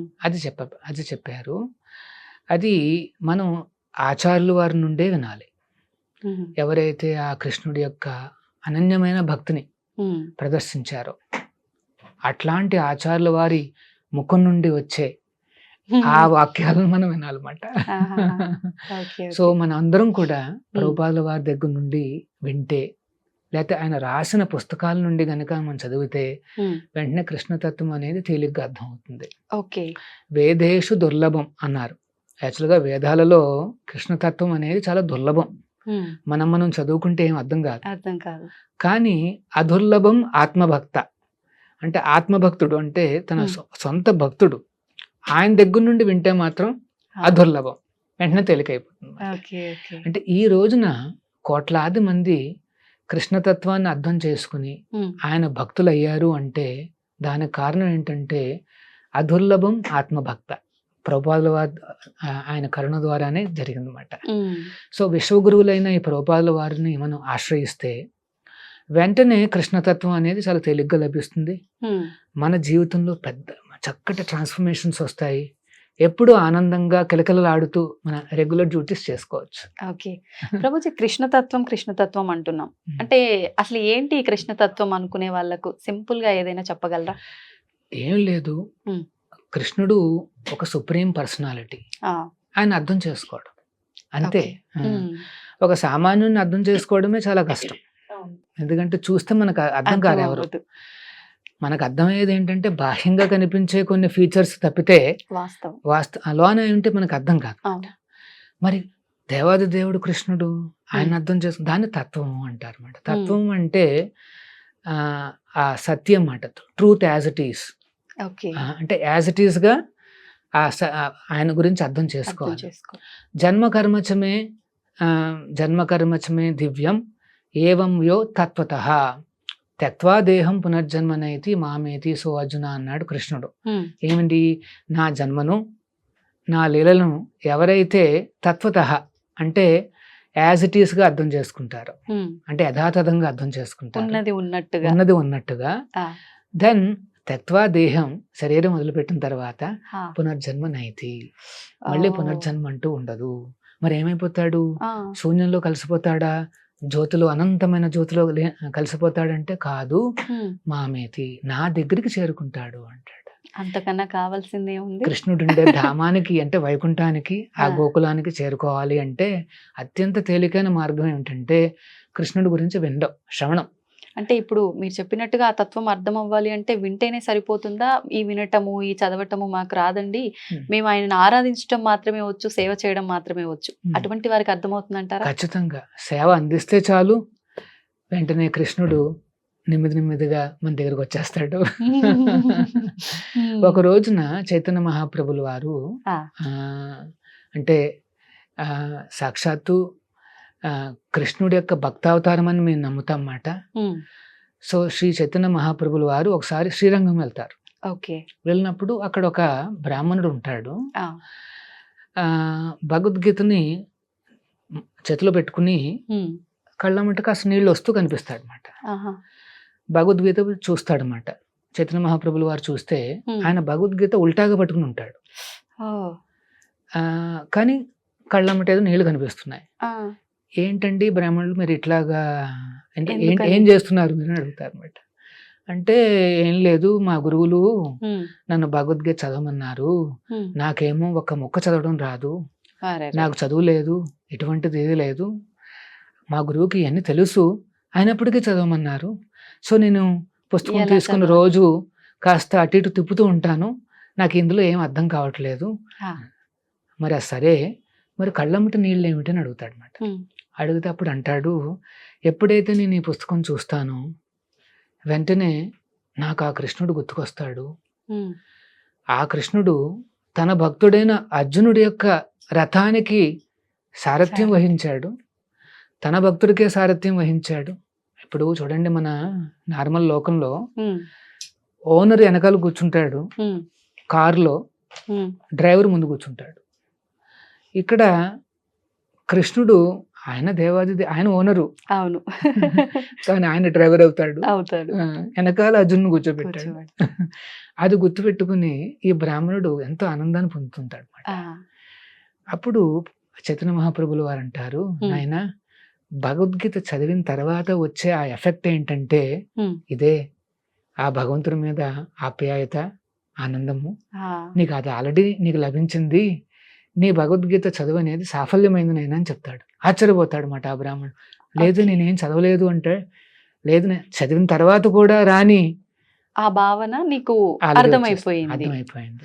ఓకే. సో మనకు నిజంగా కావాల్సింది ఏంటంటే ఆ కృష్ణుడి మీద ఆప్యాయత, ఆ భావన పెంచుకోవడం అన్నమాట. ఉమ్. అలా పెంచుకున్నవాడు ఈ వేదాంతుల కంటే గొప్పవాడు. ఉమ్. అన్ని వేదాలు చదివి హృదయం కఠినంగా మారిపోవడం కంటే ఉమ్. దేవుడున్నాడు, ఆ కృష్ణుడు ఉన్నాడు అని ఆనందపడిపోయే వాళ్ళు ఇంకా ఎక్కువ మాట. ఎక్కువ మంది ఉంటారు. అవును. సో అందుకనే మనం స్వామికి సేవలు అందిస్తూ ఉంటే చాలు, ఉమ్. ఆయన ప్రీతిని మనం పొందగలిగితే చాలు, వెంటనే మనలో ఆ భావనలనే పెరుగుతూ వస్తుంటాయన్నమాట. ఉమ్. స్వామి పట్ల ఆకర్షణ పెరుగుతుందన్నమాట. ఉమ్. ఎప్పుడైతే ఆ రకంగా ఆకర్షితం అవుతాడో, అందుకనే కృష్ణుడికి పేరు ఏంటంటే సర్వాకర్షకుడు అని పేరు మాట. కృష్ణ అంటే అర్థం ఓకే. అందరినీ ఆకర్షిస్తాడు. అవునవును. ఫ్యామిలీస్ కావచ్చు, లేకపోతే యంగ్స్టర్స్ కావచ్చు, చిన్నపిల్లలు చిన్నపిల్లలు కావచ్చు. కావచ్చు, ఎవరైనా కావచ్చు. ఒక్కసారి మొదలు పెట్టారు కృష్ణుడికి సంబంధించింది వినటమో చూడటమో అంటే డైవర్ట్ అవ్వలేరు ఇంకా ఇంకెటు కూడా. కాదనమాట. ప్రభుజీ, ఇప్పుడు ఈ కృష్ణతత్వం మీరు చెప్పినంత ఈజీగా మనం అర్థం చేసుకోలేమేమో, విన్నా సరే చూసినా సరే ఏ రకంగా అయినా. అంటే సాక్షాత్తు వ్యాస భగవానుడే ఇది అంత సాధ్యపడేది కాదు, క్లిష్టతరమైంది అని చెప్పినట్టుగా వింటూ ఉంటాము. మరి నిజంగా అది వాస్తవం అంటారా? యాక్చువల్గా భగవద్గీత అంతా చెప్పిన తర్వాత హ్మ్. కృష్ణుడే చెప్తాడనమాట, అర్జున, ఎవరైతే ఈ భగవద్గీతను ప్రచారం చేస్తారో హ్మ్. వారంటే నాకు చాలా ప్రీతి. హ్మ్. కానీ ఈ భగవద్గీతను చెప్పడానికి హ్మ్. ఎవరికి చెప్పాలని ఆయన చెప్తాడు. ఆ. ఎవరైతే నా మీద అసూయ లేదో హా. వారికి మాత్రమే భగవద్గీత అర్థం అవుతుంది అంటాడు. ఆహా. సో భగవద్గీత చదవాలన్నా, కృష్ణతత్వాన్ని అర్థం చేసుకోవాలన్నా హ్మ్. మొట్టమొదటి స్టెప్ ఏంటంటే మనం కృష్ణుని చూసి అసూయ పడకూడదు. హ్మ్. ఆయన దేవాది దేవుడు అని చెప్పి అంతే. ఆ శరణాగతి అనేది ఉండాలన్నమాట. హ్మ్. సో మరి ఎందుకు కష్టం అని చెప్తారంటే, హ్మ్. ఇప్పుడు చూడండి, మనం రామచంద్రుని చూసాం అనుకోండి, సరే ఫస్ట్ విష్ణువుని చూసాం అనుకోండి, 4 చేతులతో శంఖచక్రాలతో ఎంతో గౌరవనీయంగా అద్భుతంగా కనిపిస్తాడు. అవును. వెంటనే దేవుడు అని అర్థమైపోతుంది. హ్మ్. మనకి ఇంకా ఫిలాసఫీలు అర్థం అవసరం లేదు, ఏం అవసరం లేదు, చూడగానే అర్థమైపోతుంది అర్థమైపోతుంది. నాకంటే గొప్పవాడు అనేసి. అవును. హ్మ్. రామచంద్రుని చూసారు అనుకోండి, అబ్బో చాలా మర్యాద పురుషోత్తముడు, అవును. ఎన్నో నియమంగా ఉన్నాడు. 16,000 మంది మునులు ఆయన వచ్చి రామచంద్రుని కోరుకుంటారు, హ్మ్. మీకు మేము దాసులుగా కావాలనుకో, దాసి హ్మ్. అంటే మిమ్మల్ని పెళ్లి చేసుకోవాలనుకుంటున్నాం అంటాడు. అంటే ఆ రూపాన్ని మాకు ప్రసాదించండి ప్రసాదించండి. అవుతాడు అన్నమాట. ఆ. అప్పుడు రాముడు అంటాడు, ఈ అవతారంలో నేను ఏకపత్ని వ్రతుణ్ణి, ఆ. నెక్స్ట్ అవతారంలో నేను కృష్ణుడిగా రాబోతున్నాను అని చెప్తాడు అన్నమాట. ఆ. సో అంటే రామచంద్రుని చూసినా ఎంతో మర్యాద పురుషోత్తముడు అంటారు, అంటే ఎంతో చాలా నియమంగా కనిపిస్తాడు. హ్మ్. కానీ కృష్ణుడి దగ్గరికి వస్తే హ్మ్. ఒక సామాన్యుడిగా కనిపిస్తాడు, హ్మ్. గోవుల్ని కాచుకునే ఒక కాపురిలా కనిపిస్తాడు, అవును. నెమలి పింఛం పెట్టుకుంటాడు. అవును. ఆ తర్వాత గోపికలతో ఆడుకుంటుంటాడు. హ్మ్. తర్వాత 16,000 మందిని పెళ్లి చేసుకుంటాడు. ఇవన్నీ అర్థం కాదన్నమాట. అంతమందిని పెళ్లి పెళ్లి చేసుకున్నాడు చేసుకున్నాడు. ఏమిటి అనేసి నిజంగా వీళ్ళంతా 16,000 మందిని పెళ్లి చేసుకున్నాడా 16,108 మందిని పెళ్లి చేసుకుంటాడు ద్వారకాలో. ఓకే. యాక్చువల్గా ఏమవుతుందంటే ఒక నరకాసురుడు వాడేం చేస్తాడు అంటే అన్ని రాజ్యాల మీద దాడి చేసి ఆ రాజులను ఓడించినప్పుడు అక్కడుండే కన్యలందరినీ దొంగలించుకుని వచ్చి తన ఆధీనంలో పెట్టుకుంటాడు. ఆ రకంగా 16,000 మంది 16,108 మందిని బంధిస్తాడు. వాళ్ళందరినీ ఒప్పించి పెళ్లి చేసుకోవడానికి ప్రయత్నాలన్నీ చేస్తూ ఉంటాడు అన్నమాట. ఆ తరుణంలో కృష్ణుడు అక్కడికి రావడం జరుగుతుంది. కృష్ణుడు సత్యభామ ఇద్దరు అక్కడికి రావడం జరుగుతుంది అన్నమాట. జరిగినప్పుడు ఆ కాలంలో ఏంటంటే అది వైదిక సంప్రదాయం అన్నమాట. ఒకవేళ ఏ కన్య అయినా సరే ఇంటి నుండి ఒక్క రాత్రి లేకపోయినా సరే ఎవరు పెళ్లి చేసుకోరు. ఒక్క రాత్రి 2 రాత్రులు లేకపోయినా సరే ఎవరు పెళ్లి చేసుకోరు. అసాధ్యం పెళ్లి అనేది. అట్లాంటి తరుణంలో వీళ్ళు ఎన్నో రోజులుగా ఎన్నో నెలలుగా బందీలుగా ఉండడంతో వాళ్ళకి అసలు పెళ్లి అవ్వడం అనేది అసాధ్యం. సో కృష్ణుడు వచ్చి ఆ రాక్షసుని సంహరించిన తర్వాత వీళ్ళందరి నుండి చెర నుండి విడిపిస్తాడు. విడిపించినప్పుడు వాళ్ళందరూ భగవంతుడిని ఆల్రెడీ ఆకర్షితులైపోతారు స్వామిని చూడగానే.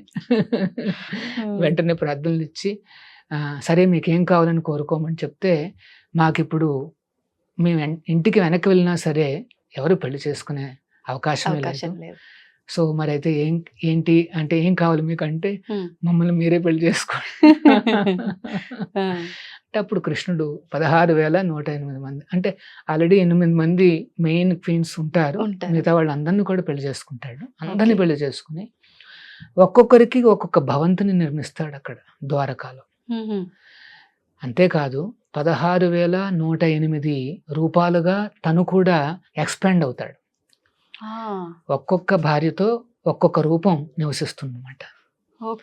అంతమంది కృష్ణులుగా తను విభజన జరిగి తను ఒక్కొక్కరితో నివసించడం ప్రారంభిస్తాడు అనమాట. అంటే మానవులు ఒకవేళ ఎక్కువ మందిని పెళ్లి చేసుకున్నా వాడు ఒక్కొక్క రోజు ఒక్కొక్క ఇంటికి వెళ్ళగలుగుతాడు, వెళ్ళాల్సిందే అంతే. కానీ భగవంతుడు అట్లా కాదు, తను ఎక్స్పాండ్ అవుతాడు అన్నమాట. సర్వాంతర్యామి అంతటా ఉంటాడు అన్నట్టు అంత అన్ని చోట్ల అన్ని గృహాల్లో కూడా ఆయన కృష్ణుడిగా అవతరించి అక్కడ ఉన్నాడు అనమాట. ప్రతి హృదయంలోనూ ఆయన ఎక్స్పాండ్ అయ్యి ఉండగలిగిన వాడు ఒక 16,000 మందికి అంత తొందరే ఉంది. మన ఏమిటంటారు, మానవ హృదయంలోనూ ఉన్నాడు పరమాత్మ రూపంలో, ఒక చిన్న మస్కిటోలో కూడా ఉన్నాడు. ఏదన్నా జీవి కదులుతోంది అంటే ఆ జీవిలో ఆత్మ ఉంది, పరమాత్ముడు ఉన్నాడు. అంటే చలనం ఉన్న ప్రతి దాంట్లో పరమాత్మ ఉన్నాడు అనుకోవచ్చా? అంటే ప్రతి జీవిలో కూడా చలనం ఉన్నా చలనం లేకపోయినా ఉన్నారన్నమాట. చలనం లేనివి ఏమిటి? చరాచర సృష్టి అంటారు కదా. అచర అంటే వృక్షాలు. అవును, వృక్షాల్లో కూడా ఆ స్వామి ఉన్నాడు అనమాట. సో అంటే పరమాత్ముడు ఉన్నాడు కనుకనే మనం కొంత ఆ యాక్టివిటీని చూస్తాం అన్నమాట. పళ్ళు రావడము, పుష్పాలు రావడము అట్లనే గమనిస్తుంటాం. అంటే ఎక్కడైతే ఇట్లాంటి ఆ గ్రోత్, ఆ కాన్షియస్నెస్, జీవం ఉందో వాటన్నిటిలోనూ ఆ పరమాత్ముడు కూడా జీవితో పాటుగా నివసిస్తాడు. జీవి వేరు, పరమాత్ముడు వేరు. ఆత్మ వేరు, పరమాత్మ వేరు. ఏంటి ప్రభుజీ వ్యత్యాసం ఏంటి? ఆత్మ అంటే 2వ చాప్టర్లో కృష్ణుడు ఈ సీక్రెట్ చెప్తాడు అనమాట. ఏమని? అర్జున, నువ్వు ఇంత విషాదం పొందుతున్నావే, నువ్వు శరీరం కోసం విషాదం పొందుతున్నావు నాయన, కానీ మనం అందరం కూడా ఈ శరీరాలం కాదు, ఆత్మస్వరూపులము అంటాడు అనమాట. దేహినో అస్మిన్ యదా దేహే కౌమారం యవ్వనం జరా తథా దేహాంతర ప్రాప్తి ధీరస్తత్ర మోహ్యతి అని చెప్పి, ఈ జన్మలో మనం ఎన్నో శరీరాలు మార్చుకున్నాము, కానీ ఆత్మ మాత్రం మారదు. ఒకవేళ మనం ఈ శరీరాన్ని వదిలిపెడితే ఆత్మ ఇంకొక శరీరంలోకి ప్రవేశిస్తుందని చెప్తాడు అనమాట. అంటే ఇప్పుడు ఉదాహరణకి మనకి రీసెంట్గా ఒక పెద్ద యాక్సిడెంట్ జరిగింది, ఎయిర్ ఇండియా కదా. చాలా దురదృష్టకరమైన విషయం అది. ఆ బోర్డులో అంటే ఆ ఫ్లైట్లో ఉన్న అందరూ కూడా చనిపోయారు, ఒక్కడెవరో బతికారు. ఇంకొక ఆమె మిస్ అయిపోయింది, ఉమ్, కాస్త లేటుగా వచ్చి ఆవిడ మిస్ అయిపోయింది. అవును తప్పితే మిగతా వారందరూ చనిపోయారు. అవును. ఇప్పుడు ప్రశ్న ఏమిటంటే వారందరూ ఏమయ్యారు? ఉమ్, భగవద్గీత ఘంటాపదంగా ఏం చెప్తుందంటే వారందరూ ఆల్రెడీ ఎక్కడో జన్మ తీసుకున్నారు. ఇప్పటికే ఇప్పటికి ఆ, ఆల్రెడీ జన్మించేశారు. ఓకే. ఏ కుటుంబాల్లో పుట్టారు, ఎక్కడ జన్మించారు అన్న విషయాలు కూడా యాక్చువల్గా శాస్త్రం బాగా చదివిన వాళ్ళకి అర్థమవుతుంది. హా, అది ఇంకొక సైన్స్ మాట. ఓకే. ఈ కాలంలో కొద్దిగా అట్లాంటివి కఠినం అన్నమాట. అవును. కానీ ఖచ్చితంగా వారు ఆల్రెడీ జన్మించారు. ఉమ్, ఏ కుటుంబాల్లో వాళ్ళు ఆల్రెడీ 1 month 2 month అది ఎప్పుడు క్రాష్ జరిగిందో తెలియదు, అంటే ఆ. నాకు గుర్తులేదు. 2-3 months పైన అయింది. ఆల్రెడీ ఒక 2 months వాళ్ళకి ఆల్రెడీ అంటే జన్మించి ఉండడం అంటే ఆల్రెడీ వాళ్ళు గర్భంలోకి ప్రవేశించారు. ఓకే. 9 నెలలు పూర్తి కాగానే వారందరూ జన్మించేస్తారు. అంటే ప్రభుజీ ఖచ్చితంగా మానవ జన్మే తీసుకుంటారు అని చెప్పొచ్చా? అంటే ఏ జీవిలో అయినా ప్రవేశించవచ్చు అనుకోవచ్చు కదా? కరెక్ట్. ఉమ్. ఇక్కడ మరి నెక్స్ట్ జన్మ అనేది ఏ రకంగా వస్తుంది? ఉమ్, అది ఈ జన్మలో చేసుకున్న పాపపుణ్యాల కలయిక. ఉమ్, ఈ కలయిక ప్రకారము మనిషి రూపం రావచ్చు, లేకపోతే ఇంకొక ఇంకో రూపం రూపమే. రావచ్చు. అంటే ఆ యాక్సిడెంట్ జరిగింది కదా, దానివల్ల వారందరూ కూడా ఉమ్, అంటే ఏమన్నా బ్యాడ్ లైఫ్ అయినా వస్తుందంటే అది చెప్పడానికి లేదు. ఉమ్, ఎందుకంటే ఎలా చనిపోతాం అనేది ఆల్రెడీ నిర్ణీతం అయిపోయింది. ప్రతి ఒక్కరూ ఏ రకంగా చనిపోతారు అనేది నిర్ణీతం అయిపోయింది. హా, దేని ప్రకారము? అది పూర్వజన్మ చేసుకున్న పనులని బట్టి. దాన్ని బట్టి. మరి ఈ జన్మలో చేసుకున్న దాని ప్రకారము ఉమ్, నెక్స్ట్ జన్మ అనేది లభించింది ఆల్రెడీ వాళ్ళకి. అవును అవును. ఇప్పుడు 2 నెలలే కాబట్టి ఇంకా గర్భంలో ఉన్నారు, ఉన్నారు. కానీ ఆల్రెడీ నడుస్తుంది, ప్రాసెస్ నడుస్తుంది అన్నమాట. ఉమ్, కొన్ని రోజుల్లోనే వాళ్ళు పుట్టబోతున్నారు అన్నమాట, మ్మ్. అంటే కొన్ని నెలల్లో వాళ్ళు. అవును. సో మనం చేసుకున్న ప్లస్ మైనస్ల ద్వారా ఉమ్, నెక్స్ట్ లైఫ్లో 4 అనేవి నిర్ణీతం అవుతాయి అట్లీస్ట్. ఆహా, జన్మైశ్వర్య శృతశ్రీ. ఒకటి ఏంటంటే ఎక్కడ పుడతారు అనేది నిర్ణయం అవుతుంది. కొంతమంది గోల్డ్ స్పూన్తో మేబీ టాటా బిర్లా అట్లాంటి ఫ్యామిలీస్లో పుడతారు. అవును. కొంత పాపం ఏమీ లేకుండా ఉండే ఇబ్బంది ప్రదేశాలు, పడే. కొన్ని ఆఫ్రికన్ కంట్రీస్ లాంటివి అక్కడ కూడా పుడతారు. అవును. అంటే ఇది దేవుడు చేసిన డిస్క్రిమినేషన్ కాదు, ఉమ్, మనం చేసుకున్న ప్లస్ మైనస్. Okay okay. దేవుడు ఆయన న్యూట్రల్, ఉమ్, కరుణ, ఆయన చాలా అందరిపైన ఒకేలా అందరిపైన ఒకేలాగా ఉంటాడు. ఎందుకు అందరిపైన ఒకేలాగా ఉంటాడు అంటే అందరూ కూడా ఆయన బిడ్డలే, అంతే. ఆయన కొడుకులే. ఉమ్, సో ఆయన ఏమంటాడంటే నేను తండ్రిగా మీకు అందరికీ న్యూట్రల్ అయ్యా, ఉమ్, మీరు బాగా మంచి పనులు చేస్తే పైకి వస్తారు, చెడ్డ పనులు చేస్తే కిందకి వెళ్ళిపోతారు. ప్రభుజీ ఇప్పుడు అందరూ ఆయన బిడ్డలే, మరి అందరూ ఆయన బిడ్డలైనప్పుడు ఎన్నెన్నో అరాచకాలు, దుర్మార్గాలు, ఒకడేమో చాలా మంచివాడు అవుతాడు, ఒకడేమో చాలా దుర్మార్గుడు అవుతాడు. అవును. మరి మన తల్లి అయితే మనని ఖచ్చితంగా తప్పు చేస్తే మందలించి సరి చేస్తుంది. మరి భగవంతుడు సరి చేసే ప్రయత్నం చేస్తున్నాడా అంటే ఏం చెప్తారు? ఖచ్చితంగా చేస్తాడు. ఒకవేళ ఎవరైనా బాగా భయానకమైన రాక్షసుడు అయిపోతే స్వయంగా వచ్చి వాడిని చంపడం కూడా చేస్తుంటాడు స్వామి. ఓ, ఈ కలికాలంలో సాధ్యపడుతుందంటారా? అంటే ఈ కలికాలంలో ఒక సమస్య ఏంటంటే పూర్వకాలంలో అయితే ఇట్లాంటి రాక్షసులను చూసాం. హా, అంటే హిరణ్యకశ్యపుడు, హిరణ్యాక్షుడు అని మనం చూసాం. అవును ప్రభుజీ.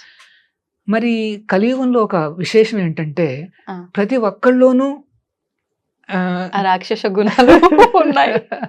దైవ గుణాలు కొద్దిగా, అంతే. రాక్షస గుణాలు కూడా ఉంటాయన్నమాట. అంటే నిన్నటి వరకు బాగానే ఉన్నాడు కదరా, ఈ రోజు ఏంటి ఇంత భయానకంగా ఉన్నాడు అని అనిపిస్తుంది అప్పుడప్పుడు. అన్ని షేడ్స్ చూపిస్తారు. ఎగ్జాక్ట్లీ. సో మరి స్వామి చంపాలంటే ఇంకా అందరినీ చంపేయాలి, అంతే. అట్లా కాదు. అందుకనే ఉమ్, ఈ కలియుగంలో భగవంతుడు అవతరించిన అవతారం ఏంటంటే నేను చెప్పినట్టు శ్రీ చైతన్య మహాప్రభు అన్నమాట. ఉమ్, వీరిని మనం అర్థం చేసుకోవాలి. గౌర నితాయిని ఉమ్, స్వయంగా వెస్ట్ బెంగాల్లో అవతరించారు. మీరు అనొచ్చు మరి ఈ అవతారానికి మరి ఏమన్నా శాస్త్ర ఉక్తం ఏమన్నా ఉందా ఆ, అంటే ఆ, శ్రీమద్ భాగవతం చెప్తోంది, ఆ, ఎన్నో పురాణాలు చెప్తున్నాయి. ఏమని? ఏమని? శ్రీకృష్ణుడే ఆ భక్తుడి అవతారంలో వస్తాడు ఈ కలియుగం ప్రారంభంలో అని చెప్తుందన్నమాట.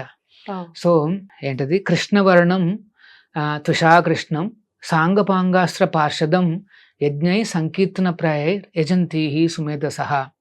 కలియుగంలో తెలివితేటలు ఉండే వాళ్ళందరూ కూడా ఆ దేవాది దేవుణ్ణి ఉమ్, సంకీర్తన యజ్ఞం ద్వారా ఆరాధిస్తారు. మీరు అడిగారే ఆరాధన ఏ రకంగా చేయాలని. అవును. అది సంకీర్తన ద్వారా చేయాలి. అంటే ఆహా. సంకీర్తన అంటే ఏంటంటే ఈ హరినామాన్ని పాడడం కానీ ఉమ్, జపం చేయడం ద్వారానే మాత్రమే మనం స్వామిని పూజించగలుగుతాం అన్నమాట. ఉమ్, మరి ఆ రూపం ఏమిటి? ఈ సంకీర్తన స్వీకరించే ఆ భగవంతుడి రూపం ఏంటంటే కృష్ణవర్ణం త్రిషాకృష్ణం ఉమ్, సాంగపాంగాష్ట పార్షదం. సాక్షాత్తు కృష్ణుడే, కానీ కృష్ణుడు కలర్ ఉండదు. ఆహా. బంగారు వర్ణంతో వస్తాడు. ఓ. ఆయన పేరే శ్రీ చైతన్య ఆర్ గౌరంగ. మన తెలుగు వాళ్ళు మనం వినలేదు ఈ పదాన్ని. ఉమ్, వెస్ట్ బెంగాల్లో అవతరించిన స్వామి పేరు మాట. ఆ సంప్రదాయంలో వస్తున్న వారే ఈ ప్రభుపాదుల వారు. ఓకే. ఈ హరే కృష్ణ మూమెంట్ అంతా కూడా ప్రారంభించింది ఆ చైతన్య మహాప్రభుల వారు. ఉమ్, ఉమ్, సాక్షాత్తు కృష్ణుడే ఈ హరినామాన్ని మనకి ప్రవేశపెట్టి ఎవరైతే ఈ జపం చేస్తారో ఉమ్, సంకీర్తన చేస్తారో మనం ఆరాధిస్తున్న కృష్ణుడు ఎవరు అంటే ఆ శ్రీ చైతన్య మహాప్రభుల వారు అన్నమాట. ఓ. మనకు తెలియకపోవచ్చు, అవును, కానీ స్వామి మన నుండి తీసుకుంటున్నాడు అన్నమాట. తీసుకుంటున్నాడు. అవును. మీరాదేవి తన యొక్క గీతాలలో ఉమ్, ఆ చైతన్య మహాప్రభువును ప్రార్థిస్తుంది అన్నమాట. ఓకే. కృష్ణ, నువ్వు ద్వాపరలో నల్లగా వచ్చావు, ఉమ్, ఇప్పుడు నువ్వు సువర్ణవర్ణంలో వచ్చావని ఆమె కొని ఆడుతుందన్నమాట. ఆహా. ఆ. ఓకే. సో ఈ అవతారానికి ఇంకొక పేరు ఏంటంటే ఉమ్, చన్న అవతారం అంటారు. అంటే చన్న అంటే కనిపించడు, ఆ. ఎవరికి తెలియదు, గుప్తంగా వస్తాడు అనమాట. ఆహాహా. గుప్తంగా ఆచార్య రూపంలో వచ్చి ఈ ఉమ్, హరినామాన్ని ప్రవేశపెట్టి ఆయన తన ధామానికి వెళ్ళిపోతాడు అనమాట. ఉమ్, దీన్ని చన్నావతారం అంటారు, శ్రీ చైతన్య మహాప్రభుల వారు అన్నమాట. ఓకే. సో ఆయన మహాప్రభుల వారు 550 సంవత్సరాల క్రితం అవతరించారు వెస్ట్ బెంగాల్లో. ఆయన అప్పట్లో ఒక మాట అంటారు. ఏమని? ఆయన ఒక ప్రిడిక్షన్ చెప్పారు. ఏమని? నా పేరు మొత్తం ప్రపంచం అంతా వ్యాప్తి చెందుతుంది అని చెప్తారన్నమాట. ఉమ్, అప్పట్లో వారు అనుకున్నారు భగవంతుడి నామము అన్ని చోట్ల అంటే అర్థం ఏమిటంటే మోస్ట్లీ బెంగాల్లో పరిమితం అవుతుంది అని అనుకున్నారు. ఎందుకంటే ఆ కాలంలో ట్రాన్స్పోర్ట్లు అంటూ ఏం లేవు, అవును, అందరూ నడకనే, అంతే. లేదా బుల్లక్ కార్డ్స్ అంతే. కానీ ఇంకొక మాట అంటారు ఉమ్, చైతన్య మహాప్రభుల వారు, త్వరలోనే నా సేనాపతి భక్తుడు రాబోతున్నాడు, ఉమ్, ఆయన ఈ నామాన్ని మొత్తం ప్రపంచం అంతా వ్యాప్తి చేస్తాడని చెప్తారు. ఓ. 500 years బ్యాక్ చేసిన ప్రిడిక్షన్ని ఉమ్, ఫుల్ఫిల్ చేస్తూ ప్రభుపాదుల వారి దిగి వస్తారు. ఓకే. ఓకే. మొత్తం నామాన్ని అంతటిని ప్రచారం చేస్తారు. ఆహా. చాలా అద్భుతం కదండి. నిజంగా చాలా చాలా అద్భుతం. అద్భుతం అంటే ఆలస్యమైనప్పటికీ ఆ చెప్పింది ఖచ్చితంగా జరుగుతుంది. జరుగుతుంది. ఉమ్, ఆ దేవుడు ఎప్పుడు అనుకున్నాడో ఖచ్చితంగా ఆ సమయానికి ఆచార్యులు వచ్చి మొత్తం ఈ లోపల అంటే ఆ 500 yearsలో ఏం జరిగిందంటే మొత్తం టెక్నాలజీ అంతా బయటకు వచ్చింది. ఉమ్, చూసారు? అవునవును.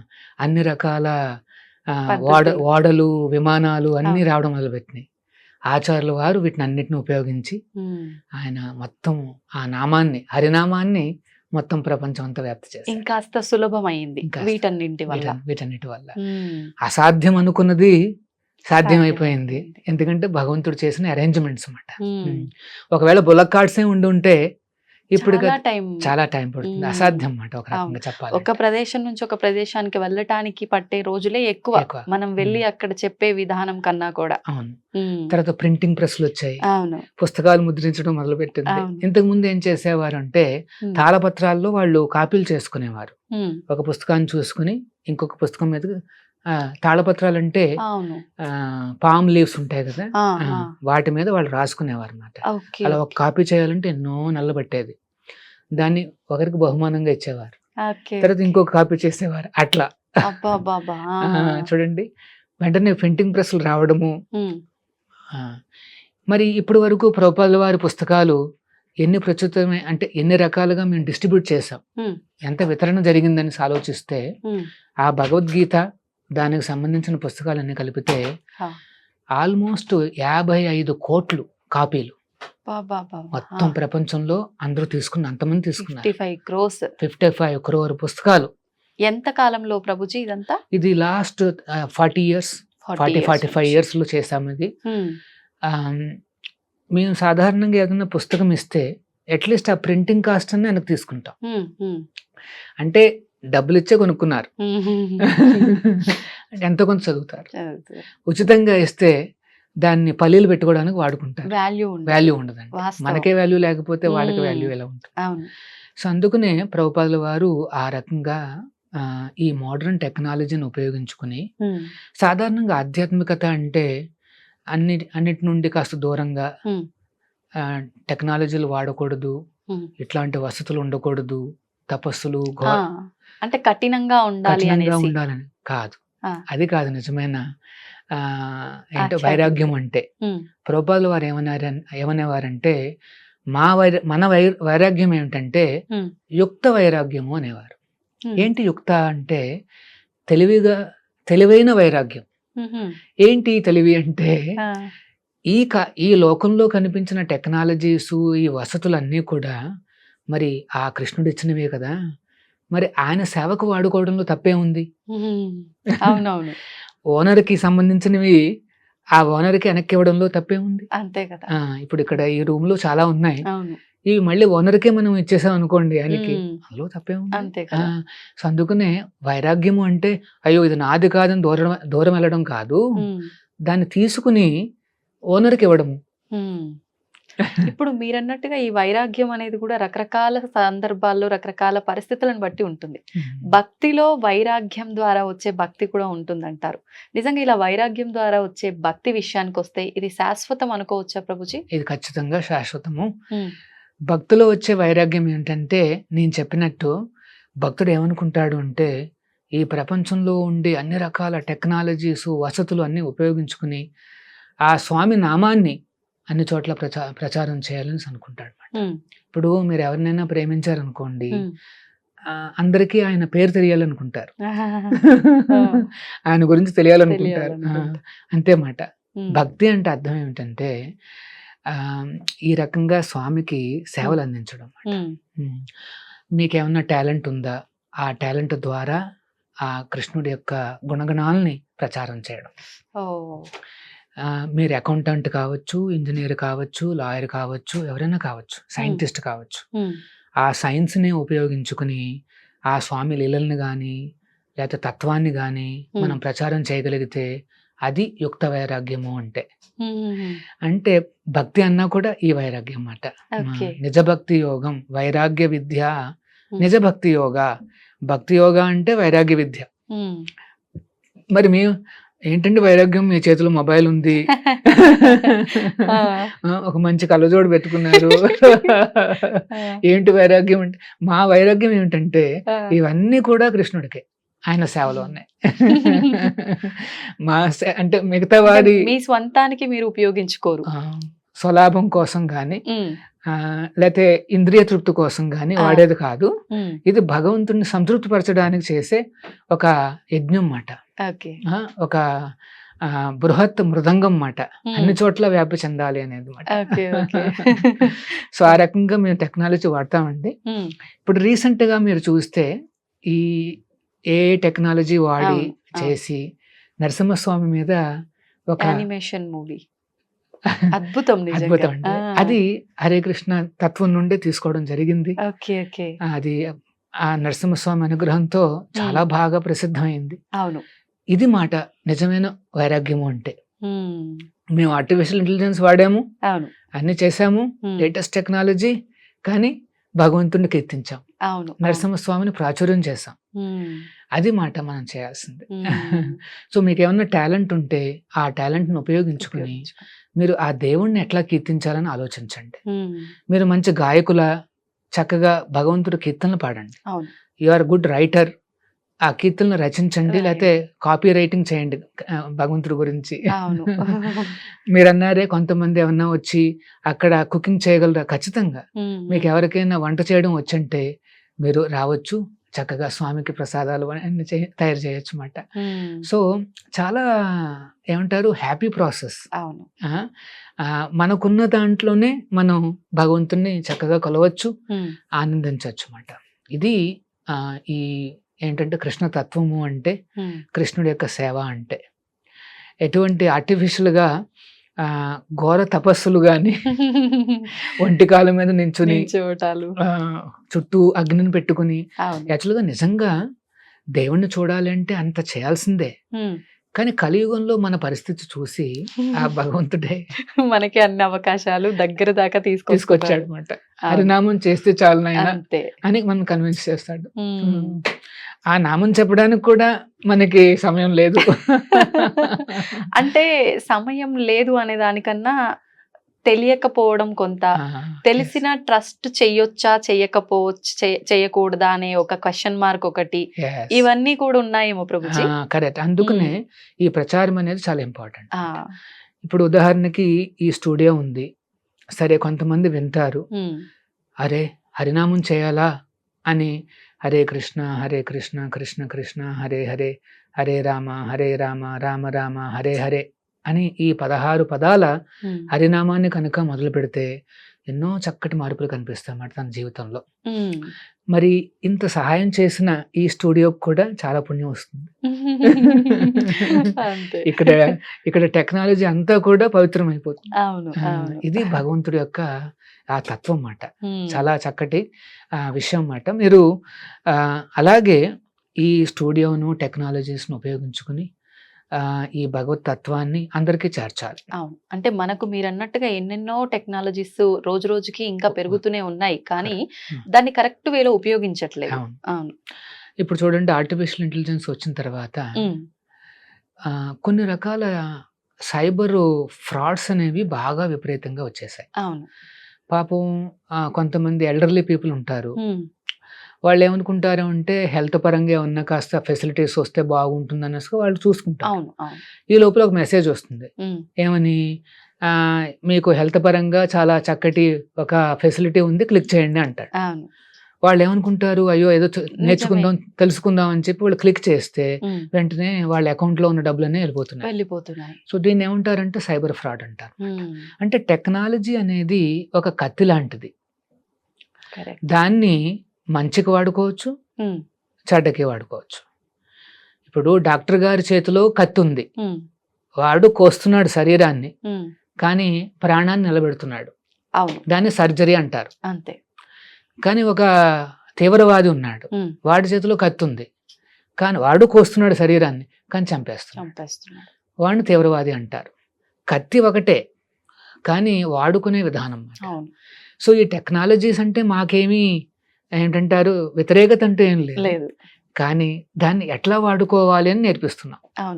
ఎట్లా వాడుకోవాలి, దేవుడికే సంతృప్తి కలిగించే విధంగా వాడుకోవాలి. అంతే. దానికి నిదర్శనమే మొన్న వచ్చిన మూవీ లక్ష్మీ మూవీ. తర్వాత ఇప్పుడు మీ చేతిలో మొబైల్ ఉంది, మీరు చక్కగా ఏదన్నా హరే కృష్ణ ఈ గోల్డెన్ టెంపుల్ ఉంది, ఆ ఛానల్ కాస్త ఓపెన్ చేయండి, దేవుడి దర్శనం లైవ్ ఉంటుంది, లైవ్ చేసుకోండి, దర్శనం చేసుకోండి. లేకపోతే ఇంకా ఎన్నో ప్రసిద్ధమైన క్షేత్రాలు ఉంటాయి, వాటి దర్శనం చేసుకోవచ్చు, కొన్ని లెక్చర్స్ వినొచ్చు.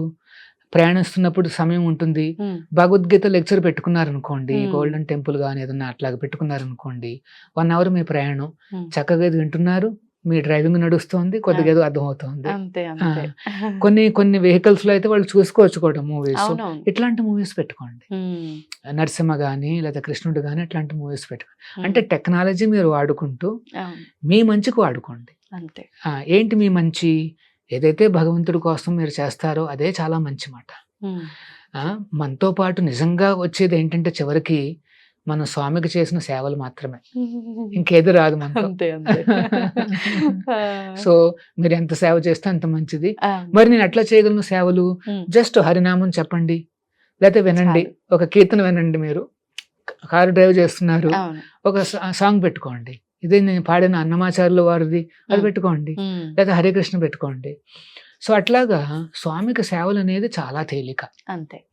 హరినామం చెప్పడము లేదా కొన్ని లెక్చర్స్ వినడము అట్లా చేసుకుంటూ ఉంటే ఖచ్చితంగా మీరు మీ జీవితంలో పైకి వస్తారు, చివరికి భగవంతుడి దగ్గరికి చేరుకుంటారు. ఏంటి అసలు అంటే మనిషి యొక్క పర్పస్ ఏంటి అని అంటే ఏంటి అనేది మనకు ఈ దారిలో వెళ్తే ఆటోమేటిక్ గా మనం ఏం ప్రయాసలు పడకుండానే అంతిమానికి చేరుకోవచ్చు, కరెక్ట్ మార్గంలో. అంతే కదా ప్రభుజీ? అంతే. అంటే మీరు చేస్తున్న కార్యక్రమాలు, మీ కర్తవ్యాలు మీరు చేస్తూ ఉండాలి. చేస్తూ ఉంటూ స్వామిని తలుచుకోవాలి, ప్రతిరోజు దేవుని తలుచుకోండి. ఆ తలుచుకునే మార్గం ఏమిటంటే ఈ హరే కృష్ణ మహామంత్రం.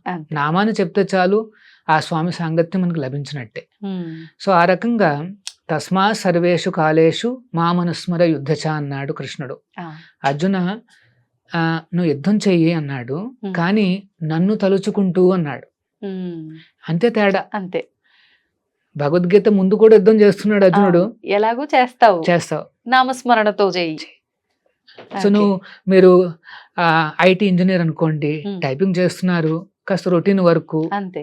హరే కృష్ణ అనుకుంటూ చేసుకోండి. వంట చేస్తున్నారు, హరే కృష్ణ అని చేసుకోండి. ఆ. ఆ, అట్లాగా ఎక్కడ మనకు వీలైతే అక్కడ అవును. స్వామి నామాన్ని తలుచుకుంటే ఉమ్, మనం ఆ భగవత్ సాంగత్యం వల్ల చాలా ఎనర్జెటిక్ గా ఉంటాము, ఉమ్, చాలా ఆనందంగా ఉంటాము.